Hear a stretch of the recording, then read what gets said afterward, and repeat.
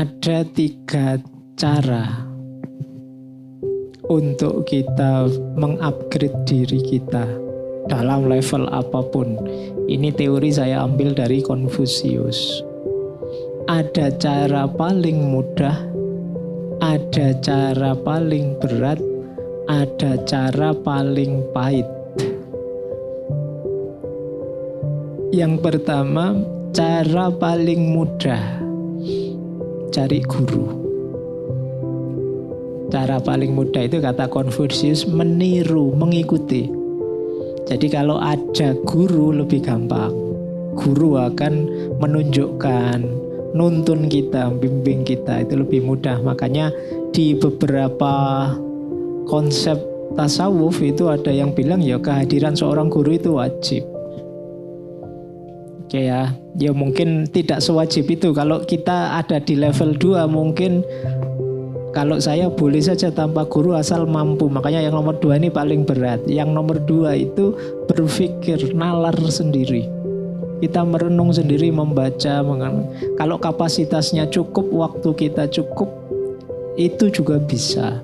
Banyak ulama yang otodidak juga sih belajar sendiri. Nah, kalian kalau merasa mampu bisa ya berpikir sendiri, menelaah sendiri, membaca diri kita sendiri, insya Allah bisa. Meskipun ya istilahnya tadi yang nomor 2 ini paling berat.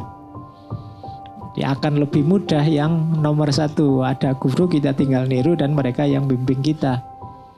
Kalau di yang nomor 2 mungkin prosesnya agak panjang tapi lebih mantap. Karena kita sendiri yang menggali, kita sendiri yang mendakinya. Meskipun ada resiko salah paham, ada resiko tidak paham, atau ada resiko beda paham. Nah, lebih enak ada guru. Kalau ada guru kan monggo gurunya yang nuntun seperti apa dan kemana. Ada lagi yang paling pahit, yang nomor 3. Yang nomor 3 ini apa? Nunggu ngalami sendiri terus belajar dari pengalaman. Ini pahit. Jadi stres dulu baru sadar belajar ketenangan. Hati gimana ya Pak? Terus kamu belajar cara tenang. Depresi dulu terus gimana belajar cara mengendalikan diri biar enggak baper gimana ya Pak? Itu nunggu pengalaman. Nunggu pengalaman ini biasanya pahit dulu. Baru kalian tergerak untuk belajar. Nah, baru ketika kena gangguan kecemasan sekarang nyari-nyari buku tentang gangguan kecemasan. Nah, itu karena kalian nunggu ngalami dulu. Ini paling pahit kata Konfusius. Kenapa paling pahit? Yo memang nunggu pengalaman pahit dulu. Nunggu dikhianati dulu baru sadar ternyata laki-laki itu memang tidak setia. Nah, ini kan pahit itu. Tidak enak. Kalau tadi belajar dulu sejak awal itu lebih enak. Pengetahuannya didapat dari buku, dari wawasan-wawasan, pelajaran-pelajaran, terus kamu ngambil hikmahnya. Atau yang paling mudah ya memang ada gurunya. Itulah kenapa dalam tasawuf kadang-kadang diwanti-wanti bener. Jangan belajar sendiri, karena kalau belajar sendiri nanti gurunya setan gitu. Yo, kalau anak sekarang mungkin seneng Pak, setan itu kan cerdik ya Pak, pinter itu. Oleh guru ini setan pinter lah gue. Ya itu versi ngeyelnya. Tapi maksudnya rentan salah paham, rentan tidak paham, rentan beda paham. Saya termasuk yang punya madhab cinta itu syai'un, menikah itu syai'un akhor. Cinta itu sesuatu dan menikah itu sesuatu yang lain. Alhamdulillah kalau yang kita cintai itulah yang kita nikahi. Tapi tidak harus begitu. Tidak harus itu, jangan memaksakan diri begitu kalau memang tidak memungkinkan.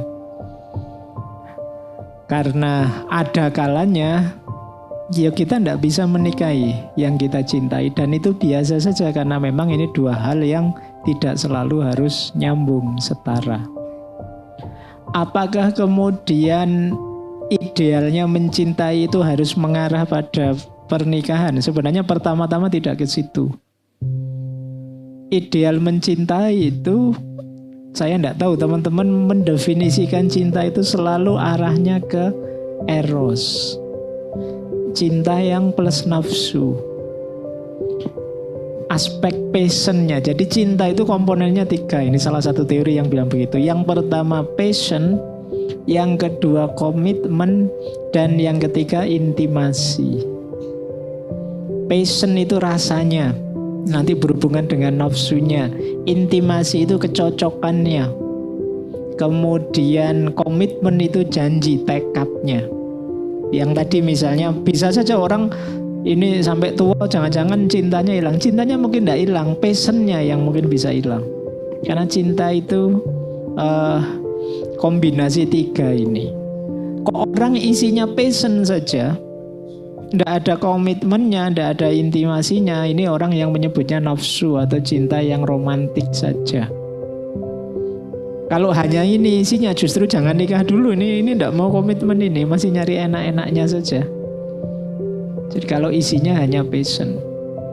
Kalau bisa ya selain passion ada intimasi. Kok deket ya, kok cocok ya, kok nyaman ya, kok enak ya, tidak sekedar nafsu. Kalau sekedar nafsu kan kalian lihat gambar bisa nafsu, lihat apa bisa nafsu, itu rasa.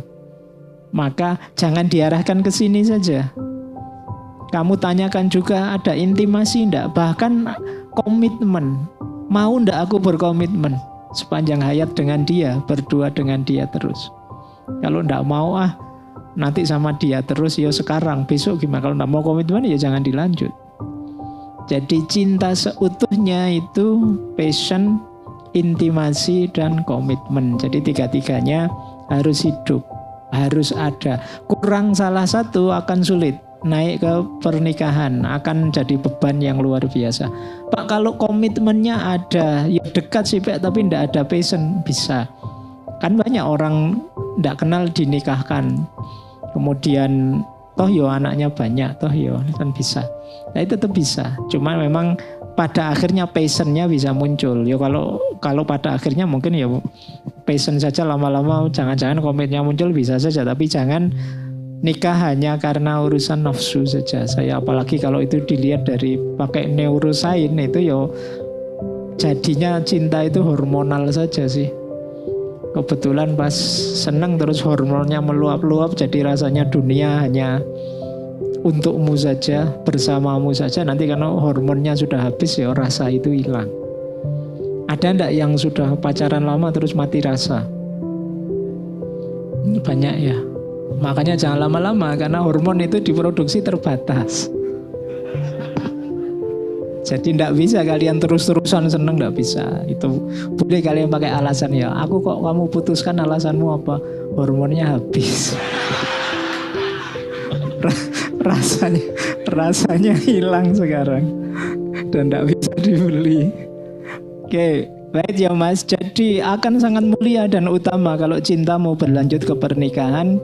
Tapi bukan berarti hidupmu hancur kalau ya cinta saja terus tidak berlanjut ke pernikahan. Pak, apa tetap harus saya cintai apa enggak Pak kalau enggak jadi nikah? Ya tetap saja dicintai. Kalau kemarin kamu cinta, kemudian dia jadi miliknya orang lain, sekarang enggak cinta, kemungkinan yang kamu rasakan bukan cinta. Mungkin semacam negosiasi, semacam dagang, karena sekarang enggak dapat ya saya cari yang lain. Ya meskipun kalau dia sudah jadi miliknya orang, cara mencintainya pastinya beda.